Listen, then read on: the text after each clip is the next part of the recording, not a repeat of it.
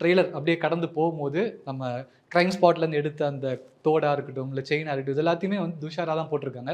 எவிடன்சஸாக collect பண்ணக்கூடிய போது ஒரு வாட்ச் ஒன்று, லேடிஸ் வாட்ச் ஒன்று வந்து எவிடன்ஸ் பேக்கில் இருக்கும். அதுவுமே துஷாரா விஜயனோட வாட்ச் தான்.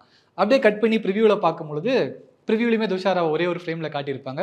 அதுலேயுமே பேக்ரவுண்டில் ஒரு கவர்மெண்ட் ஸ்கூல் செட்டப்பில் கவர்மெண்ட் ஸ்கூலுடைய போஸ்டர்ஸ்லாம் இருக்கும். அதையும் நம்ம பார்த்துருக்கோம் இல்லையா?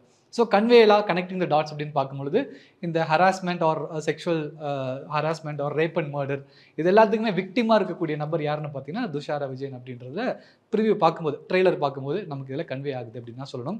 இதில் இன்னொரு கருத்து என்ன அப்படின்னு பார்க்கும்பொழுது பொதுவாகவே டிஜே ஞானவேல் அவர்களோட படங்கள் எல்லாமே பயங்கரமான ஒப்பீனியன் வாய்ஸ் அவுட் பண்ணக்கூடிய படமாக இருக்கும். அப்படி இல்லாட்டி ஒரு ரியல் லைஃப்பில் நடந்த ஒரு ஸ்டோரி தழுவி வந்திருக்கும்.